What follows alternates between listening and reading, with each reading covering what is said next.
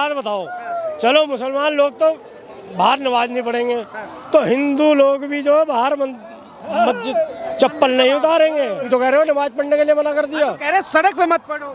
तो सड़क पे पड़ेगा ही कौन? किसी के सर पे सींग लग रहेंगे तो सड़क पे पड़ेगा। सरकार के बाप का राज है। अच्छा, और क्या, छुट्टी मिलनी चाहिए। अरे मोदी जी के फरमान से किसी का बड़ा फरमान है? अरे किसी का ही, प्रधानमंत्री का सही, वो छुट्टी मिलनी चाहिए तो मिलनी चाहिए। अच्छा। वे तो पढ़ सकते हैं। कह रहे जो बाहर पढ़ेंगे उसका तो लाइसेंस कैंसिल कर देंगे। काहे का लाइसेंस कैंसल? टोपी उतार के ले जाएंगे कि नमाज की चटाई को ले जाएंगे, कि नमाज पढ़ने वाले को ही ले जाएंगे?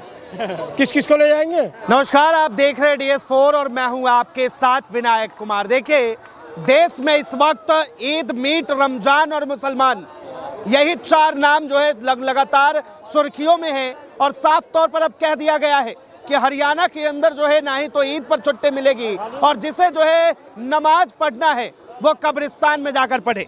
जुड़ेंगे, बातचीत करेंगे, तमाम लोग हैं। क्या कहेंगे? हरियाणा सरकार ने कह दिया है कि ईद पर अब जो है छुट्टी नहीं मिलेगी। ईद पे छुट्टी नहीं मिलेगी तो भाई साहब इधर बात करो। ईद पे आपको क्या लगता है? आपको क्या लगता है? भाई साहब ईद पे छुट्टी तो मिलनी चाहिए, हाँ, क्योंकि चाहे हिंदुओं का त्योहार हो या मुसलमानों का हो, है तो है। हाँ। छुट्टी मिलनी चाहिए, ये गलत मिलनी बात है। चाहिए। मिलनी चाहिए बिल्कुल। लेकिन सरकारें कह रही है कि नहीं मिले। अरे मिलनी चाहिए, क्यों नहीं मिलेगी? सरकार के बाप का राज है। अच्छा, और क्या, छुट्टी मिलनी चाहिए। अरे मोदी जी के फरमान से किसी का बड़ा फरमान है? अरे किसी का ही, प्रधानमंत्री का सही, वो छुट्टी मिलनी चाहिए तो मिलनी चाहिए। अच्छा, मिलेगी मिलनी छुट्टी, चाहिए। बिल्कुल मिलेगी। मतलब आप मुसलमान भाइयों के साथ हैं?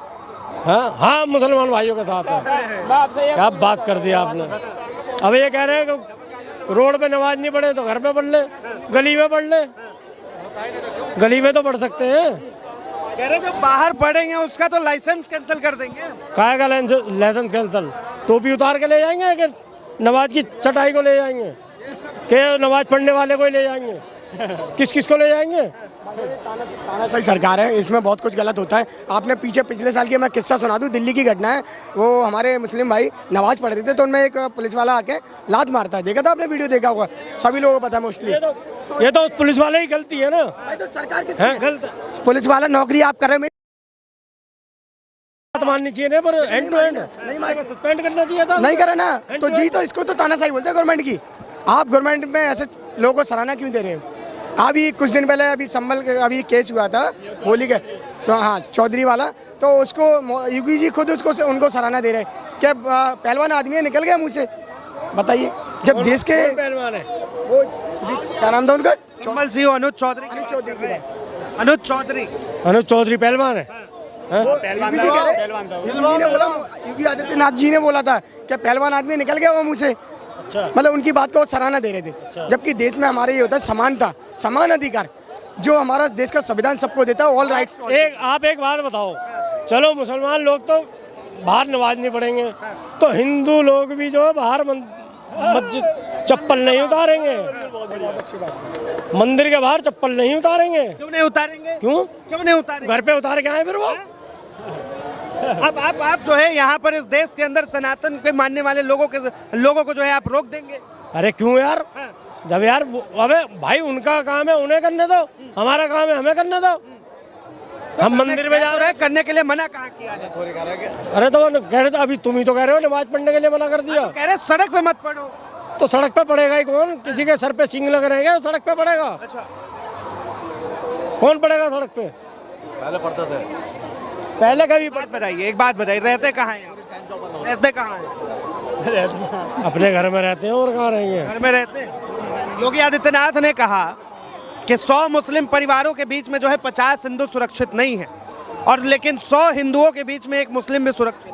देखो जी, इस बात के लिए तो रहने दो, मुसलमान लोगों में भी हिंदू सुरक्षित है, आज भी सुरक्षित है। ये बड़का भाषण है इनका। ये तो एक वहम है, दिल का वहम है। देश के मुख्यमंत्री योगी आदित्यनाथ के खिलाफ जा रहे हैं, उनके जो बयान थे उनके खिलाफ जा रहे हैं। नहीं, मैं कहाँ को जा रहा हूँ भाई? लो यार, मैं तो चौड़े में लेके मार रहे हैं। अगर कोई बात कहते तो इनके खिलाफ कैसे लग रहा है आपको कि सेफ है? एक तरफ योगी जी कह रहे हैं कि पहले मेरी बात सुनो, हिंदू मुसलमानों की लड़ाई हुई थी, सबको पता है। कुछ हिंदू भी मारे गए थे उसमें, कुछ मुसलमान भी मारे गए थे। ऐसा तो नहीं है कि जो मुसलमान ही मारे गए हो, हिंदू ना मारे गए हो। जिसका दाव पड़ गया वो मान लिया, लेकिन कराया क्यों इन्होंने? कराया क्यों इन्होंने हिंदू मुसलमान? किसने करा? पहले किसने कराया? कम बुद्धि मंदबुद्धि लोगों ने किया।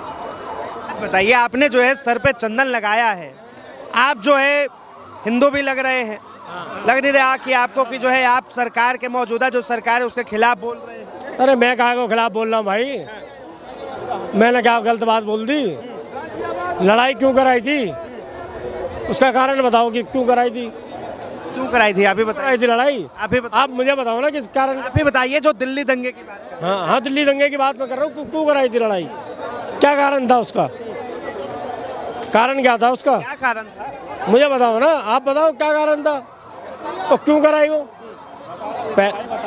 हाँ, बताइए बताइए, आप अपनी बात। आप बताइए ना। मैं आपसे पूछता हूँ क्यों कराई थी ये लड़ाई और किस लिए कराई है? किस लिए कराई गई? हाँ, किस लिए कराई गई बताओ मुझे। अरे तो भाई साहब बताए, जब ये वही चीज है, आप दिल्ली की जनता है, आप ही बताएंगे ना। अरे भाई साहब, हमें क्या पता। आप 9 दिन ऐसे लोग भी देखूंगा मैं भी। अभी नवरात्रे आने वाले हैं, 9 दिन में ऐसे लोगों को देखूंगा जो बिल्कुल नॉनवेज को और दारू को हाथ नहीं लगाएंगे। लेकिन जहाँ नवरात्रि क्लोज होंगे, समापन होगा नवरात्रों का, उसके 10वें दिन ना वो दारू और मीट चालू हो जाएगा। क्यों? अरे तो भाई किसको साहब, मेरी पकड़? बात- एक मिनट, एक बार जो बॉडी के अंदर एक्सेप्ट कर ली ना अपन ने, एक बार जो बॉडी के अंदर खाया, तो आप वेजिटेरियन बनने के पागल किसको बना रहे हो?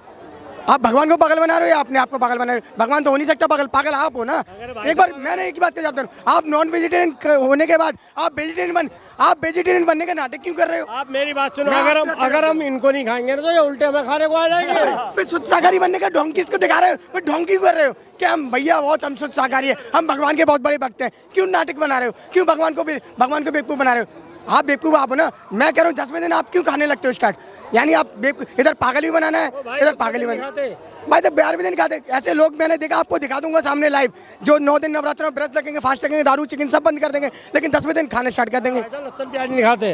भाई साहब अच्छे यार, मतलब हमारे एक देश ऐसा है वर्ल्ड में बता रहा हूँ, जहाँ पता है रिश्वत लेने से दिक्कत नहीं होती, कर्जा लेने से, गलत पैसा लेने से दिक्कत नहीं होती, लहसुन प्याज खाने से दिक्कत। ये बताइए, कह रहे कि शराब के ठेके भी बंद कर दो भाई। बिल्कुल करने चाहिए, अरे वाह, बिल्कुल करने चाहिए। वही वाली बात हो गई कि आप जो है आग में भी हैं और पानी में भी हैं। तो भाई साहब जोमेटो वालों को भी बंद करो। जोमेटो ऑनलाइन ले जाते हैं चिकन बड़े घरों के अंदर, कोटी वालों को नवरात्रों का। जब ठेके बंद हो जाए तो शराबी क्या करेगा? चलिए, बहुत बहुत धन्यवाद तमाम जानकारी के लिए। तो ये सुना आपने आम जनता की राय, आम जनता की बातें। बहरहाल इसे लेकर आपकी क्या राय है, अपनी राय जरूर बताएं। फिलहाल के लिए इतना ही। ऐसे तमाम खबरों के लिए देखते रहें DS4 न्यूज़।